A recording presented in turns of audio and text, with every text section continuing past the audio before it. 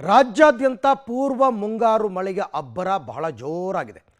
ನಿನ್ನೆ ರಾತ್ರಿ ರಾಜಧಾನಿ ಬೆಂಗಳೂರಿನಲ್ಲಿ ಸುರಿದಂತಹ ಮಳೆ 108 ಅವಾಂತರಗಳನ್ನು ತಂದಿಟ್ಟಿದೆ. ಜನ ಸಿಕ್ಕಾಪಟ್ಟೆ ಪರದಾಡ್ಬಿಟ್ಟಿದ್ದಾರೆ. ಯಾವ್ಯಾವ ಏರಿಯಾ ಪ್ರತಿ ಬಾರಿ ಮಳೆಗಾಲದಲ್ಲಿ ತೊಂದರೆಗೊಳಗಾಗುತ್ತೋ ಈಗಲೂ ಅದೇ ರೀತಿಯಾಗಿದೆ.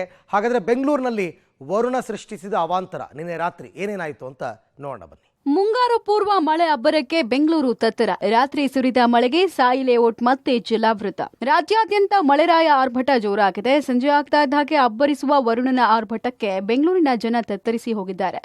ರಾತ್ರಿ ಇಡೀ ಸುರಿದ ಮಳೆಗೆ ಸಾಯಿ ಲೇಔಟ್ ಮತ್ತೆ ಸಂಪೂರ್ಣ ಮುಳುಗಡೆಯಾಗಿದೆ. ಸುಮಾರು 20ಕ್ಕೂ ಹೆಚ್ಚು ಮನೆಗಳಿಗೆ ನೀರು ನುಗ್ಗಿ ಸ್ಥಳೀಯರು ಪರದಾಡಿದ್ದಾರೆ.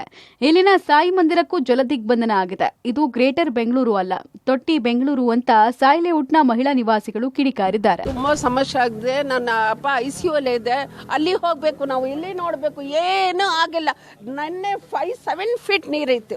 ಲಾಸ್ಟ್ 7 ಫೀಟ್ ಅಲ್ಲ. ನಾನು ಬಟ್ಟೆ ಎಲ್ಲ ತಗೊಂಡ್ಬಿಟ್ಟು ಮಮ್ಮಿ ಮನೆಗೆ ಹೋಗಿದ್ದಾರೆ. ನಾವು ಇದೇ ಪ್ರಾಬ್ಲಮ್ ಅಲ್ಲಿ ಇವೆಂಟ್ ಓಪನ್ ಮಾಡ್ತೀನಿ, ಇದು ಮಾಡ್ತೀನಿ, ಅದು ಮಾಡ್ತೀನಿ ಅದಂತ ಹೇಳ್ತಾರೆ. ಫಾಲೋ ಅಪ್ ಏನು ಮಾಡಲ್ಲ. ಇದು ವಾರ್ಡ್, ಇದು greater Bangalore name, BBMP name ಇದು ಚೇಂಜ್ ಮಾಡಿಬಿಟ್ಟು ಗ್ರೇಟರ್ ಬ್ಯಾಂಗ್ಳೂರ್, ತೊಟ್ಟಿ ಬ್ಯಾಂಗ್ಳೂರ್, ವಾಟರ್ ಬ್ಯಾಂಗ್ಳೂರ್ ಅದೆಲ್ಲ ಹೇಳ್ಬೇಕು ನಾವು. ಚಿಕ್ಕ ಮಕ್ಕಳದು ರೋಗ ಆಗೋದು ಈ ಥರ ಪ್ರಾಬ್ಲಮ್ ಆಗ್ತೈತೆ. ಏನು ಕೆಲಸ ಆಗಲ್ಲ ಇಲ್ಲಿ, ಅಷ್ಟೇ ಹೇಳ್ತಾ ಇದ್ದೀನಿ. ಬಂದರೆ ಇದೇ ಪ್ರಾಬ್ಲಮ್ ಸರ್, ಇದೇ ಪ್ರಾಬ್ಲಮ್, ಸೇಮ್ ಪ್ರಾಬ್ಲಮ್ ಫೇಸ್ ಮಾಡ್ತಾ ಇದ್ದೀವಿ. ಇನ್ನು ಭಾರಿ ಮಳೆಗೆ ಹೆಬ್ಬಾಳದ ರಸ್ತೆ ಕೆರೆಯಂತಾಗಿತ್ತು. ರಸ್ತೆಯಲ್ಲಿ 2 ಅಡಿಯಷ್ಟು ನೀರು ನಿಂತ ಪರಿಣಾಮ ಸವಾರರು ಪರದಾಡುವಂತಾಗಿತ್ತು. ಹೆಬ್ಬಾಳದ ಭದ್ರಪ್ಪ ಲೇಔಟ್ ಕಡೆಗೆ ಬರುವ ಔಟರ್ ರಿಂಗ್ ರೋಡ್ ರಸ್ತೆಯ ಲ್ಯಾಂಪ್ ರೋಡ್ ಸಂಪೂರ್ಣ ಜಲಾವೃತ ಆಗಿತ್ತು. ಕಷ್ಟ ಆಗ್ತದೆ ಗಾಡಿ ಓಡಿಸೋಕ್ಕೆ. ನೋಡಿ, ಹಂಗೆ ನೀರು ತುಂಬಿಕೊಂಡ್ರೆ ಗುಂಡಿ ಗೊತ್ತಾಗಲ್ಲ, ನಮ್ಗೇನು ಗೊತ್ತಾಗಲ್ಲ, ಏನಾದ್ರು ಏನು ಸರ್ ಮಾಡೋದು. ಈಗಲೇ ತುಂಬ ಕಡೆ ಎಲ್ಲ ಕಡೆ ಆಟೋದವ್ರಿಗೆ ತೊಂದರೆ ಆಗ್ತದೆ. ಯಾಕೆಂದರೆ ಎಲ್ಲಿ ನೋಡ್ರು ಮರಗಳು ಬೀಳ್ತಾ ಇದೆ. ತಿರ್ಗಿ ಇಲ್ಲೆಲ್ಲ ಮೊನ್ನೆ ಫ್ಲೈಓವರ್ ಬಿದ್ದೋಗಿತ್ತು. ಈ ಥರದ್ದು ಏನು ಮಾಡೋದು ಹೇಳಿ ನಾವು. ತುಂಬ ಕಷ್ಟ ಆಗುತ್ತೆ, ಹೇಳೋಕ್ಕಾಗಲ್ಲ, ಅಷ್ಟು ತುಂಬ ಕಷ್ಟ ಆಗ್ತದೆ. ನೋಡಿ, ನೀವೇನು ನಿಮಗೆ ಕಾಣ್ತಾ ಇದೆ, ಎಲ್ಲಿ ಗುಂಡಿ ಅಂತಲೇ ಗೊತ್ತಾಗ್ತಲ್ಲ, ಆ ಥರ ಆಗ್ತಾ ಇದೆ ಸರ್. ಮನೆಗೆ ನುಗ್ಗಿದ್ದ ಚರಂಡಿ ನೀರು, ಆಟೋ ಮೇಲೆ ಬಿದ್ದ ಬೃಹತ್ ಮರ. ಇನ್ನು ಮಳೆಯಿಂದಾಗಿ ಭಾರತಿ ನಗರದಲ್ಲಿ ಅವಾಂತರ ಸೃಷ್ಟಿಯಾಗಿದೆ. ಡ್ರೈನೇಜ್ ವಾಟರ್ ಮನೆಗೆ ನುಗ್ಗಿ ಜನ ಪರದಾಡುವಂತಾಯಿತು.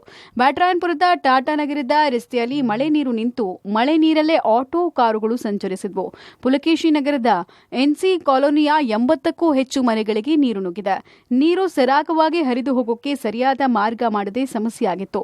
ನಾಗವಾರ, ವೀರಣ್ಣನಪಾಳ್ಯ, ಮಹದೇವಪುರ, ಹೊರಮಾವು, HBR ಲೇಔಟ್ ಸೇರಿದಂತೆ ಹಲವೆಡೆ ಮನೆಗಳಿಗೆ ನೀರು ನುಗ್ಗಿದೆ.